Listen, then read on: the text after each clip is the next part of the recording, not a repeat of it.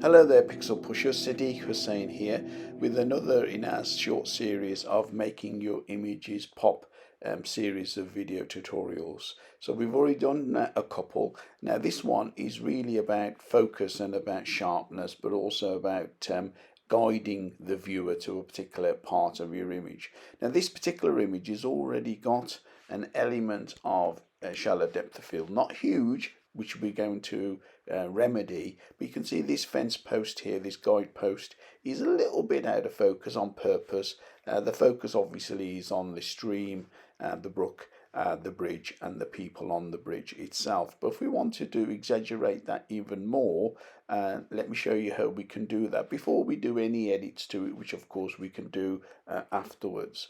So first of all, what we want to do is to apply a live filter.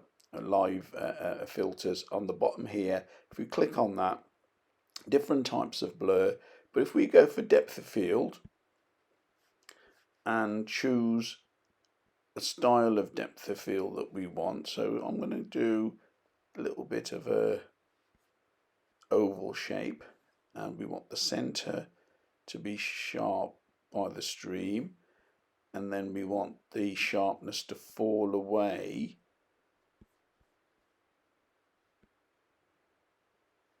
outside of that. So anything outside of it we want it to fall away. Okay, and of course you can adjust this for your particular image, and now we can just change. You can see if you look here to the left, that is going out of focus. It's blurring it as I move it, and if I want to exaggerate it more I can do, and really make the middle part, which is what I want to be focusing on, is to increase its clarity and its vibrance, and hence its sharpness, looking to it.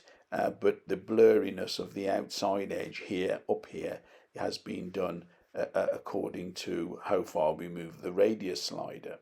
Okay, and that's simply it. You just do that.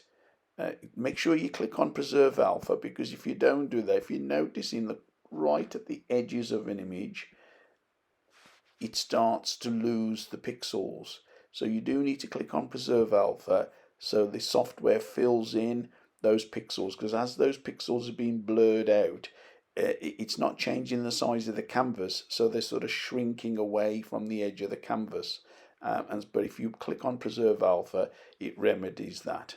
Okay, so that has applied a live filter, which of course you can go in and edit again if you wish. So if you just double click that, you're back to there. You can edit that, hence why it's called a live filter.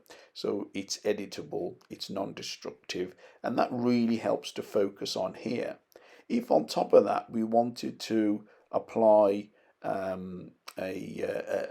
regular adjustment layer, which of course we can do just the same from the adjustment layers option here. Brightness, contrast maybe, or vibrance, again you can do that. Okay, so I hope you found that useful, and do give it a try, and do leave us some feedback, and of course a like would be really useful. It really helps the channel to be discovered by other viewers, other people searching for very quick and easy edits that they can do using Affinity Photo. Thanks for watching. See you next time.